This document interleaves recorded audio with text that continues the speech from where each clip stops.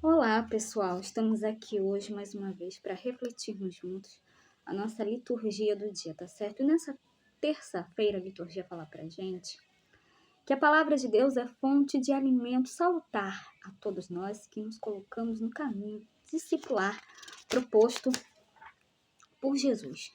Deixemos ser moldados e transformados pela palavra do Senhor. Então, que nós possamos celebrar a liturgia com alegria. Então, a primeira leitura está em Gênesis, capítulo 6, versículos 5 a 8.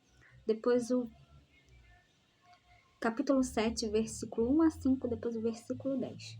Gênesis, capítulo 6, versículo 5 a 8. Depois o capítulo 7, versículo 1 a 5. Depois o versículo 10.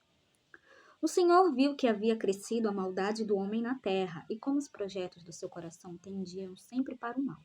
Então o Senhor arrependeu-se de ter feito o homem na terra e ficou com o coração muito magoado e disse: Vou exterminar da face da terra o homem que criei, e com ele os animais, os répteis e até as aves do céu, pois estou arrependido de os ter feito.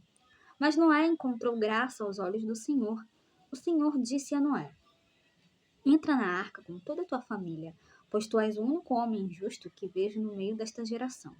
De todos os animais puros, toma 7 casais, machos e fêmeas, e dos animais impuros, um casal, macho e fêmea. Também das aves do céu tomarás 7 casais, machos e fêmeas, para que suas espécies se conservem vivas sobre a face da terra. Pois dentro de 7 dias farei chover sobre a terra 40 dias e 40 noites, e exterminarei da superfície da terra todos os seres vivos que fiz.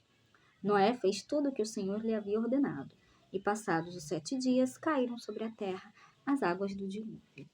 Então, na primeira leitura, diante do cenário de mal, pecado e corrupção, Deus toma a decisão a contragosto de eliminar a humanidade da terra.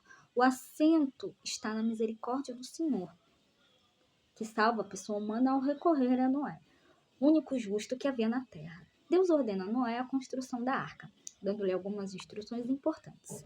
As águas do dilúvio que caem sobre a terra prefigurarão do batismo instituído por Cristo. São o sinal de que toda a realidade criada é lavada do mal e do pecado. E agora falando do Evangelho, hoje ele está em Marcos, capítulo 8, versículo 14 a 21. Marcos, capítulo 8, versículo 14 a 21. Naquele tempo, os discípulos tinham se esquecido de levar pães. Tinham consigo na barca apenas um pão. Então Jesus os advertiu: Prestai atenção e tomai cuidado com o fermento dos fariseus e com o fermento de Herodes. Os discípulos diziam entre si: É porque não temos pão. Mas Jesus percebeu e perguntou-lhes: Por que discutis sobre a falta de pão? Ainda não entendeis e nem compreendeis? Vós tendes o coração endurecido? Tendes olhos, vós não vedes, e tendo ouvidos não ouvis? Não vos lembrais de quando reparti 5 pães para 5.000 pessoas? Quantos cestos vós recolheste cheios de Quantos cestos vós recolheste cheios de pedaços? Eles responderam: 12. Jesus perguntou: E quando reparti 7 pães com 4.000 pessoas, quantos cestos vós recolheste cheios de pedaços? Eles responderam: 7. Jesus disse: E vós ainda não compreendeis? Então, no texto evangélico de hoje, vemos os discípulos que ainda não entendem a vida e o ministério de Jesus. Quando o Senhor diz para eles tomarem cuidado com o fermento dos fariseus e de Herodes, é para que se preservem do messianismo nacionalista e político que tentam instituir. Contudo, os discípulos acreditam que o mestre lhes diz isso em virtude da falta de pão necessário para a viagem.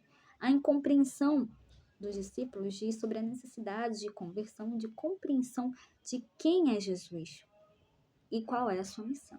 E qual a sua missão, tá certo? Então, era isso que eu tinha para falar para vocês hoje.